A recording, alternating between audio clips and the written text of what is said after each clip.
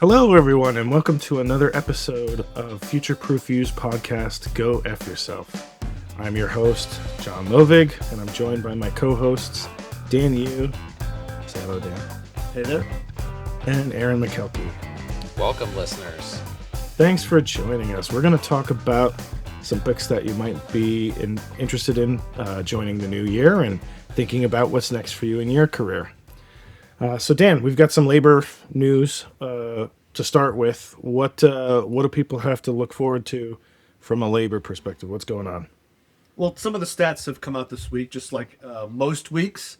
The jobless claims that increased by 8,000 to 208,000. So people are still, getting laid off. They're still looking. Those are the new claims. The continuing claims, increased by 50,000. So there's still 1.9 people that are within that 6-month window of having unemployment claims, and that's a rolling number. So there's still a lot of people that are out.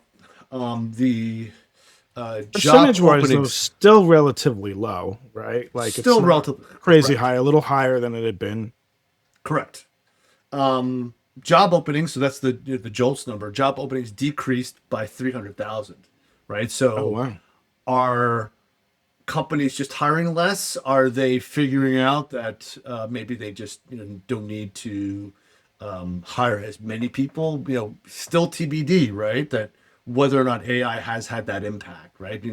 It seems like a headline news item, but do we really see that impacting job openings? New hires, dropped, again, so 250,000. So these are the numbers that we're seeing, from a macro perspective. Yeah, some of the news that I've read too is where you see the biggest hit. It really has been white collar jobs. That's correct. More than anything.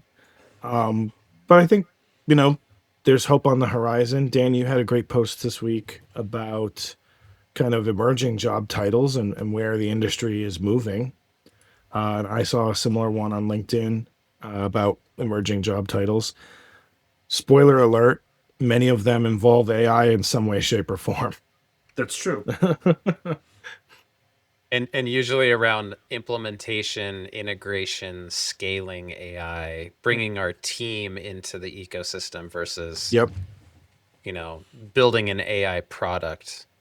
Correct. Although I will say, what I'm seeing, and I don't know how much Dan is seeing this because we do recruit slightly different things these days, but when I'm recruiting for product or any product design, people who are building SaaS applications, the common thread is everybody is investing in AI in some way, shape, or form.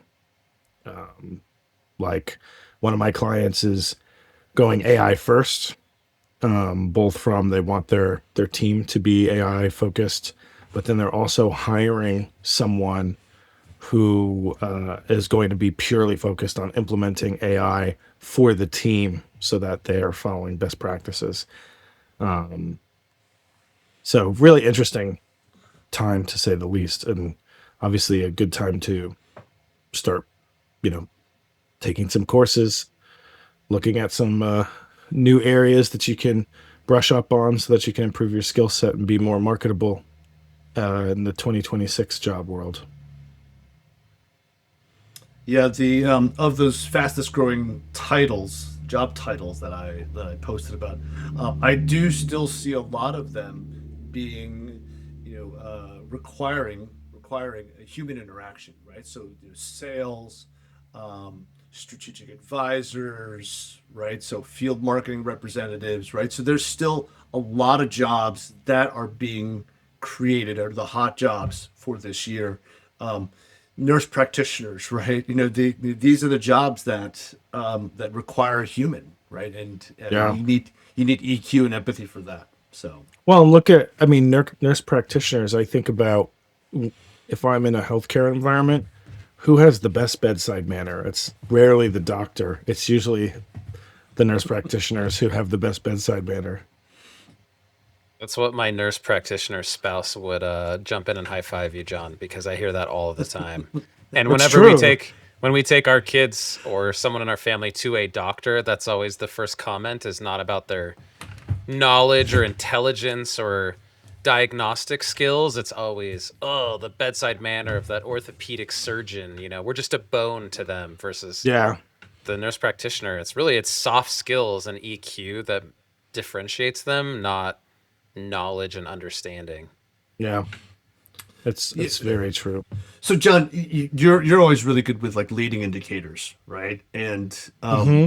you were just saying before the call that you do see a couple of the indicators, right? That you always kind of notice from your seat being a product recruiter.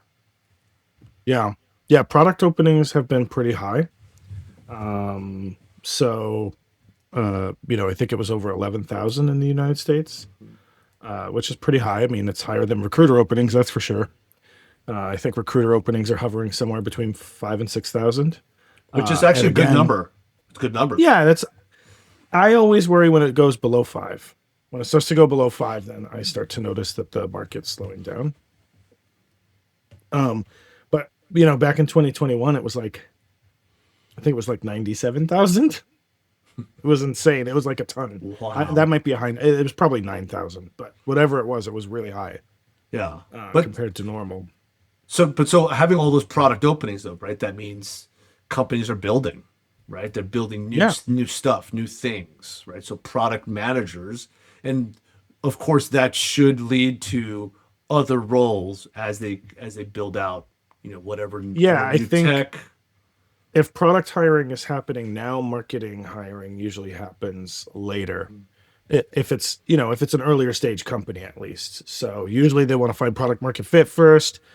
Then they'll invest in more deep marketing strategy. They might have marketers on the team, but they'll have an individual contributor, or they'll have a high level marketer who is maybe going to who's in the interim working there, or they're fractional advising on it. And then once there's an MVP, they'll really start pushing go to market much more. Sales usually comes before that, usually before product even. They start selling ideas and then building it. So that's what I tend to see. I think again, when I talk about the recruiter openings that are open, they're mostly tech. I still see some go to market as well, but mostly tech. I don't see a ton of business. So if you're looking for a more corporate kind of central office job, I think those are the roles that are really seeing the impact. And I also think I heard one of my colleagues today talk about job hugging. He didn't know. You actually know him, my British friend. He didn't know, he didn't use the term job hugging, but I was like, oh, you're describing job hugging, and that's absolutely what's happening still. Yeah, absolutely. Right. And also people are going to be hugging right now, early January because it's bonus season, right? And so Yeah, they're gonna hold on as tight as possible to make sure they're not laid off before bonuses get paid out, right? yeah. So I mean, March is usually the payout time, or yeah, in between now and March, typically. yeah. So that makes a lot of sense, and that makes it harder to negotiate. I had a negotiation fall through, unfortunately. It's very rare, but it happened, and it was someone who had 20 weeks of paternity leave Oh, and was trying to start a new job when having a kid in Feb, oh and no. wanted the 20 weeks. It's Yeah, like, he can't, a new company's not going to be able to do that. yeah. Um, Well, you're starting fresh. It's like, oh, I just got here. Bye. I'll see you in 20 weeks. That doesn't work well. no. So I was like, I get it. I understand. That's hard to walk away from, but very similar kind of scenario. We find ourselves trying to educate clients on getting, getting sign-on bonuses approved, and having that as part of the process if you're trying to land someone now. Yeah. And so in my fintech financial services world, I had a tough time just even in October and November looking for a few of these roles. And then all of a sudden people get visibility towards their bonus number. And now it's like wow, that was really easy to to find candidates for a couple of these roles. It's because they got visibility, right? And they know that, okay, you know what, this is a good time for me to look. And Yeah. Q1, right? That's where a lot of the churn happens. So Yeah. I mean, a lot of churn happens Q1, beginning of Q2, end of Q3, and into Q4. The middle of like Q2, Q3 is kind of mhm. the quiet zone a little bit. Yeah, that's right. I also find, I mean, in environments where there's equity involved, so usually, like a lot of the companies I work with are, they haven't had an IPO. They may not have had many major money events. They might even be, Series B. And those companies rarely give out bonuses. So I have a less challenging time with that unless they feel like they have a good potential equity stake. And then at that point, it's like, well, unless they're close to a money event, that's funny money. Yeah, right, right. It's paper. It's on paper. But so Yeah. in Q1, what we've also seen, right, is that budgets do get unlocked, right? Hmm. And so, which I We think is had it a, with some clients. yeah, We had literally searches that at the end stage, and they're like, hey, like right before the holidays, we're not going to hire until Q1. But then they hired immediately. yeah, So we already placed yeah. like a couple people this week for that reason. That's great. That's great. So, So what does all this mean for like the job seeker, career Great, pivoter, great way to jump especially in with that. like historically? So, even if it's not 2026, because you guys have seen lots of Q1s, this one might be distinct for some reasons, but overall, there's trends. I'm looking to pivot, so I should think about my equity or my bonus payout and the timing on that. That's one for me. What else? What does the job seeker need to know and distill from this? well, this is a great great way to bring us back to the title of this episode: New Yeah. Year, New Career. So thank you, Aaron, for that. What I'm here I for. I Reeling mean, us in. that's right. So ultimately, the job seeker, has to realize that when budgets get unlocked, that means that job can move very quickly, right? And if you're not involved, right, if you're just applying online, right, this is a terrific time to actually step up your efforts, right, and really get after it. I mean, there's no more holiday parties, right? You can start networking again and not have the fear of getting canceled, like last minute cancel. Oh, I have a holiday party. Oh, I got to get home for something. Even host a networking event, right, and really get out and make your efforts really count. This is the time. This is a perfect So time to the do it. the low effort version of that we're trying to avoid is easy apply on LinkedIn, Hmm. just sort of mass applying, probably having AI write my cover letters or my resumes Yeah. and playing the volume game. And what you're saying is that's not good enough. And now's the time to take it up a notch in terms of networking, meeting people, going to events. Yeah. Yeah, for sure. And it's also, I mean, to kind of also highlight what we already talked about is it's also a really good time to start thinking about how are you going to enrich yourself because the market is shifting and there are things that are not likely to come back or be as common as they were in the past. Um, and so how can you get out there and really, figure out what's next? And it's like those lists that we talked about, data annotator is one of the top 5 new jobs. Data annotator. No one, unless you've been in library sciences or some sort of other kind of high taxonomy type of uh, profession before, you probably haven't heard of that title. And so, like, that being a big one. And for those who don't know, those are the people who are trying to make the AI sound more human Right. and Yeah. have better, more AI organic. AI trainers is another kind of title for that, right? Hmm. So Yep. which we saw a huge spike last year, John, right? We had, We hired a huge spike. yep, yep. So, And uh, to me, for the job seeker, what that means then is there's these growing new roles that either haven't existed or don't have enough people already in them. Somebody's going to have to retool, reskill, relearn into those roles, right? Or they're not going to get hired. Yeah, yeah, I mean, I would even say more than anything, those represent opportunity, right? So one of the first ones on the list is AI engineer. If you're an engineer that's been ignoring AI, chances are you're not going to make it long term. You maybe have a year, 2 years left right.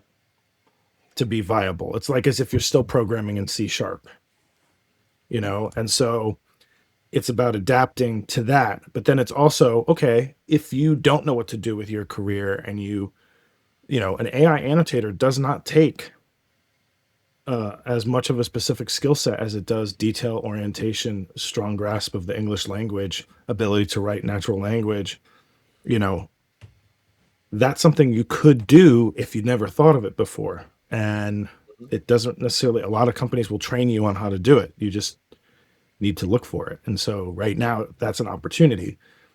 The rest of it's more about like what we've talked about before, Aaron. It's like, all right, if you're a recruiter, well, you better be the AI expert recruiter on your team. You better be the AI expert accountant, etc. Yeah, yeah, and so the the data annotators, right? It's one of those interesting roles because you actually have to bring EQ to an environment where it's all about IQ, right? It's the opposite of that, but that's what they're hiring for, right? And so you got to go where where the trends are, right? And Yeah. the trends are in growth industries, and so we talk about that all the time. I'm going to quickly plug. This is a perfect opportunity, for everybody, in the new year, new career mode that you can check out our class, the LinkedIn Quick Start Guide, which will be on our website at futureproof-you.com. We also have a coupon code for 50% off. New Year, it'll be one word, NEWYEAR. And so, go to our website and check out the downloadable class, LinkedIn Quick Start Guide. Will that be, Dan, on just that course or the other downloadables as well? Oh, actually, that's a great question, John. Thank you so much. The New Year code will be available for all of our downloadable classes, including Ace the Interview, Networking at Scale with Content, and we also have career pivots for educators. So all of our downloadable classes will be up as of the release of this podcast. Imagine, Aaron, we taught that class after you already made your pivot, not when you were still in process. Yeah, it's It all still interesting. holds true, though. And that's what's funny. And in a way, my company loves the term dog fooding. We at Future Proof You have been dog fooding our own teaching. That is using our own Right. product. If you're not in tech, it does not mean we go home and eat dog food out of a bowl every night. It just means we practice what we preach on the podcast and in the trainings. And I've career pivoted and largely through taking my own advice because the advice matters, but more importantly is doing the work consistently and showing up and following it. That's really what makes the difference. And I still get to work with educators and teachers. I have a session tonight with a group of them, and I get asked all the time, what should I do? Especially January. I got this text over Christmas break from a close friend who's still in education, but this is true of any career. And they just go, I know I need a change. What do I do though? What's the blueprint? What's the path to follow? And January's the best time. I mean, everybody else is, some people it's stop a bad habit, get more sleep, lose weight, whatever. But for a lot of you, especially if you listen to this show and follow our personalities online, it's about careers, jobs, companies, maybe completely pivoting into a new field, not just going to a different company to do the same role. And it's a good time to hit reset on your networking, your content creation, your learning new things. I tell people all the time, you have the 1 hour at night to unwind. Maybe it's before you go to bed and the dishes are done, or you put your kids to sleep, or you walk your dog, whatever it is, do you watch Netflix or do you take a class? Do you read something to upskill in a new area, or do you play video games? I mean, we all have time somewhere, so just that will compound over the year if you can get that into your habit stack in January. And one of the things I think about when John's talking about these new roles is who's going to pivot into them. It's not going to just get dropped on somebody's lap. Hey, you'd be a good data annotator. Rather, someone who was not a data annotator in 2025 is going to position themselves to get in front of the right person and get offered a role to do that through their content, who they meet, what they write, their portfolio, their YouTube, their TikTok, whatever it is, and put themselves out there to capitalize it when the timing comes through later in the year. It's the people that we place in those roles, there was not necessarily a common thread for what they did, except you looked for essentially signal for potential success. Like, okay, did this person study something in the humanities? Did they likely have to write a lot of papers for their job or for their work or for class rather? Maybe they took linguistics, right? That's super helpful.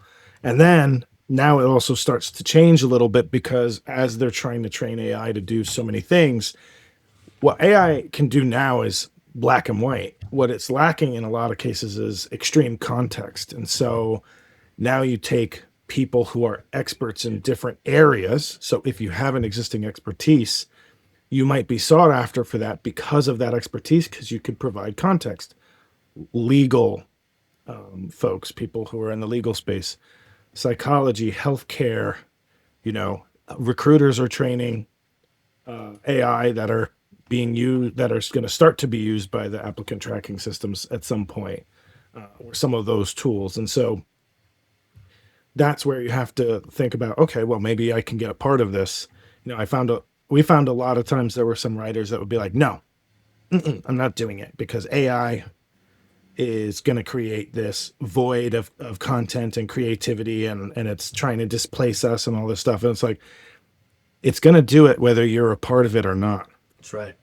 So would you like to be a part of it and try and be the guardrail around a better practice of it? Or do you just want to distance yourself until you're obsolete? Yep. I think about the wave analogy. The wave is coming. So do you want to sit there in your little canoe and complain about it? Or do you want to get a surfboard and ride it? Because I love not that that AI analogy. is inevitable, but like you can harness it or fight it. We all have that choice. Yeah. Yeah, let's pick this. What do you think is the single best habit that someone could adopt or get rid of if it's a negative one, like stop doing this or start doing this, to set them up for a new career in 2026? Dan, you go first. The habit that people should pick up is to say yes and. Really, it's to say yes to potential, because there's so many new things that are coming out and people get stuck in their own job title or their own industry. Like, oh, I want to be X in Y industry. And I think that's the most dangerous thing you can do.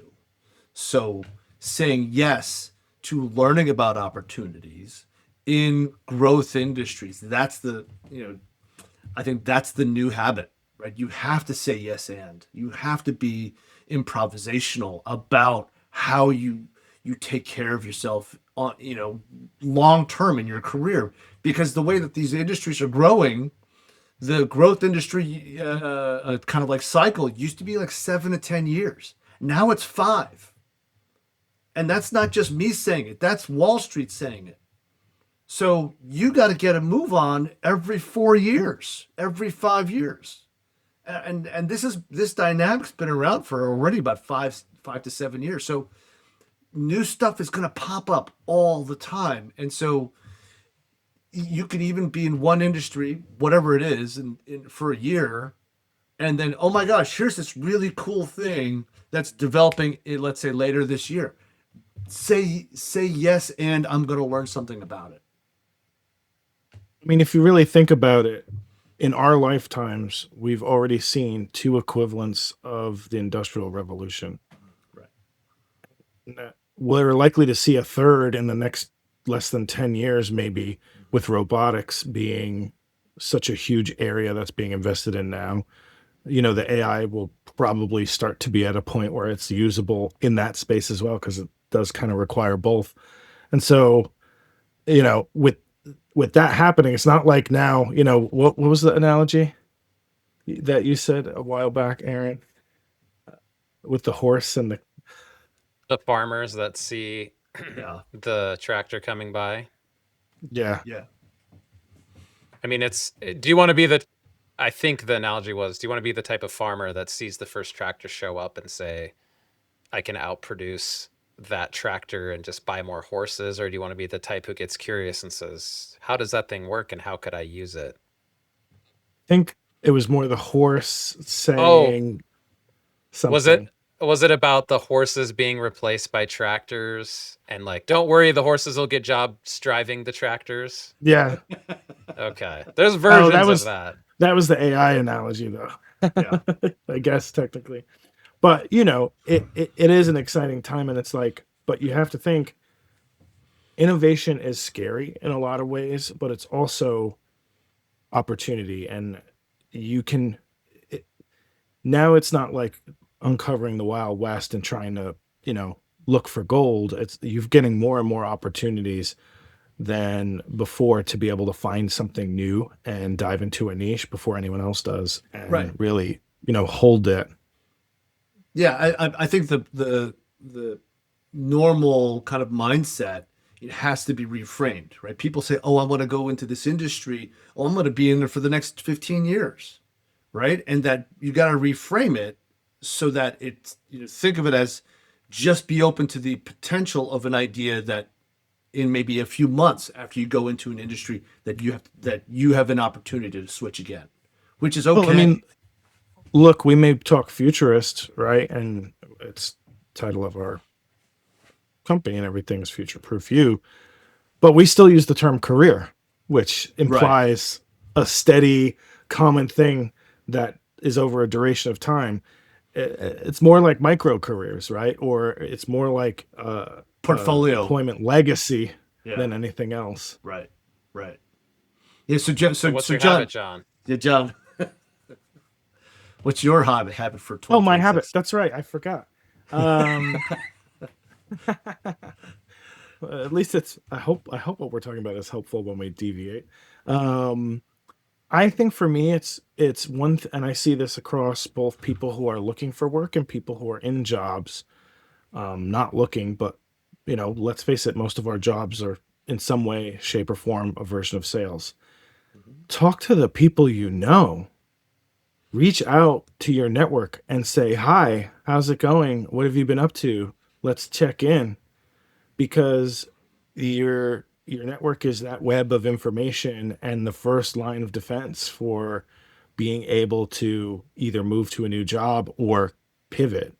And if you're not regularly talking to them, then you're making an ask when you need something instead of making an ask as part of your regularly scheduled communication, and I think a lot of people forget to just say, "Hey, happy new year. How's it going? Do you have a few minutes to chat? Love to catch up and hear what's going on in your life." And that's personal and work relationships. Yep. And the way that I've tried to avoid the awkwardness of if they got laid off or they're taking a break and you don't want to say, like, how's that job going? And then they say, I don't have that job anymore. My new phrase, especially through text, is what are you working on? Mm-hmm. Because that doesn't have to be a W 2 at a firm. They could take that as, oh, I'm landscaping my backyard. I have a shovel right now in hand and I'm moving dirt. That's what I'm working on. Cool. It's what you're passionate about. It's not just your job. Um, Yeah, I went through a phase. This was well before AI, but someone might automate this, which is not high EQ. But I would set a schedule on my lunch break every weekday to send a reach out text to former colleagues and clients. Just, hey, how's Austin, Texas since you moved down there? What are you up to? Where are you at? How's your wife and kids? How's that new role? Whatever. And making that a habit of every day at lunch, you have 30 seconds to send a text or an email. You should do that. I think that's a great one, paired with the yes and habit. So I'll end with mine. This will be shocking to everyone listening, but mine's going to be pick a medium. So that could be video, it could be visual, it could be audio, or it could be text, and create content consistently in one that you enjoy. So if you don't enjoy being on camera or editing videos, maybe you write a Substack or you write text-based posts on LinkedIn. If you're more of a visual creative designer, you do carousels, graphics, whatever. But pick one that you enjoy, pick a platform, and put your thought process, your work, your questions, your problems out onto some place where people can see your own blog, LinkedIn, Spotify, YouTube, Twitter, TikTok, it doesn't matter. Not just to get views, it is a way of networking, but also a way to clarify your own thoughts and approaches. I think that process for me is like the distillation phase of I have all these ideas, but if I have to write an article or condense them to a tweet or a short video, it helps me work through that. That is just as important to me as any sort of analytics or views or comments or money that you make from that. Just pick one that you enjoy, post on it regularly. I've never met anybody who did that for a year and could honestly say it didn't change their life. So hold on, I'm going to take all three of our habits. I was improv, John was networking, and yours content. It pretty much it's what we teach, isn't it? Yeah, Yep. pretty much. And that was not by design. Yeah, that was And my here's total what accident. What's funny is they all connect too. It's not like three different distinct habits in broad categories. Some of your checking in might turn into content because how many times have you guys had this on LinkedIn? A person you don't normally see post has a piece of content come into your feed or tag you, and you go, "Oh, I forgot about Bobby. Bobby's in Seattle doing this thing for that company." That turns into a check in. And then you send them a DM or talk to them, and that turns into a yes and habit. And then you want to start creating or sharing your ideas because you saw how that worked for Bobby, and now you're posting things regularly too. So I will say that I had a yes and moment a couple days before the new year. I got a text from an acquaintance who I had only met one time. And he said, "Hey, by the way, I'm going to be a couple hours from you. You want to meet up sometime for lunch?" And I thought, "Okay, sure. What day works for you?" And he goes, "How about New Year's Day?" And I thought, "Sure, why not?"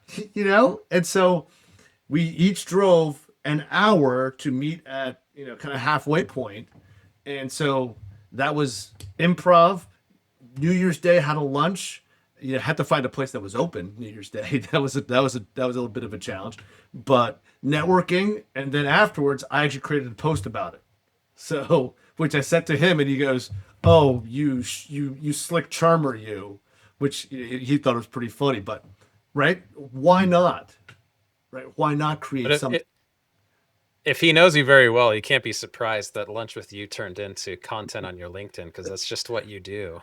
Well, actually, he's an acquaintance, and he was kind of, I think he was a little surprised. So Oh, Yeah, I you, mean, at this point, I'm surprised Dan doesn't have a tattoo that says "We just created content." yeah. Like on his hand, and he just holds it up on the screen so he doesn't have to yeah, say it it's out loud on my anymore. forehead. It's on my forehead. Right? It's going to be on your tombstone. That's right. I'm going to make sure of it if you go before me. Wow, it just got dark. All right. What are you working on, guys? What's new? Aaron, why don't you go? So I'll take the yes and habit. I mean, I've had some things come up that I haven't done before or I'm not confident in, and I've tried to train my brain to say, sure, I'll handle that or be responsible for it, even though I don't know how to do it or it's not my skill set yet. Um, a big one, universally high level, is AI has been trickling into teams and enterprise with what I call AI pioneers. We all have that person like John on his team that's the AI go-to person. If you have a question, you want to know how to automate something or what model or what app or whatever, you just ask him because he knows. We all have those in our orgs. Now it's a matter of how do we get everybody on the same page and really using this stuff collaboratively so it's not in John's GPT account, he has all this stuff, but it could help 12 people on his team if they only had access to it and knew how to use it. I think that's one of the big 2026 questions is how does it scale in a collaborative team setting versus a pioneer on their own desktop doing it alone in the corner. Well, it's also because there's so many disparate tools, right? So like, we've tested most of them ourselves. Um, and some of my other colleagues use them too. Sometimes for the reasons I wouldn't suggest, like make this email better. I'm like, no, don't make email better. Train train the AI to be very critical of your emails and make it ask you questions based on what you said so that you can be better poised to communicate to someone versus, hey, copy edit my email to be more effective. I was like, that I don't really find value in as much, right? Like, or even write the email. Yep. And that's what I would call a superficial use of AI. Something you copy and paste over from ChatGPT or Claude. Hmm. Yep. Versus what is reimagining email with an AI agent already in your inbox look like? It's definitely not, hey, make this good, because that's how a lot of Yeah. people are using it. Yeah. It's, well, I find it interesting. So, part of like what I'm up to, uh, obviously, I'm working on a few really interesting product searches. Um, but currently, we're talking to a few different companies about agentic AI tools that we could potentially use. And so today I'm coming up with a couple use cases for our particular industry that we're going to send to them, and they're going to walk us through like how their platform could potentially resolve those things, including integrating with some of the tools we're already using. I also have been working on uh, trying to figure out a better new biz development process for our business. We get a lot of business, but our new business is nascent in terms of a process. And so trying to help inform that and create best practices around that, or at least some playbooks that can be used. So that's another thing I'm working on. What about you, Dan? What are you working on? I'm going to go completely in a different direction. I am, Gardening? I'm, yeah, no, definitely not. I am learning Spanish. So, Oh, yeah, I'm learning Spanish. So we are going to Spain in a few months for a little vacation, and so I am on Duolingo, and I started before the new year, and it's January 8th, and I'm on day 10 right now. So 10 days in a row of learning Spanish on I have Duolingo. an app I like better. I have an app I Oh, like better than Duolingo. oh, what is that? It's called Speak. Okay, speak. It, All right.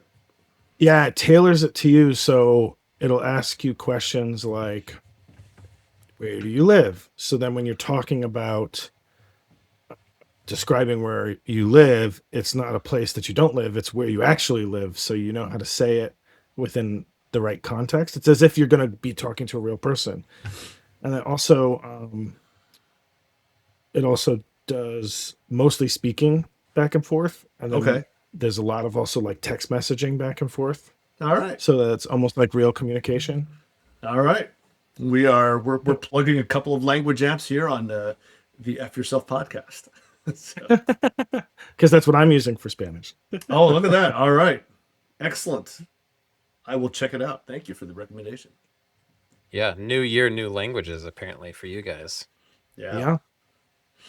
All right. What any closing thoughts before we close this episode out? Aaron, anything Yeah, I'd say I'm anti New Year's resolutions. I'm pro habits. And Dan taught me this, and it's been very true for myself in my own career.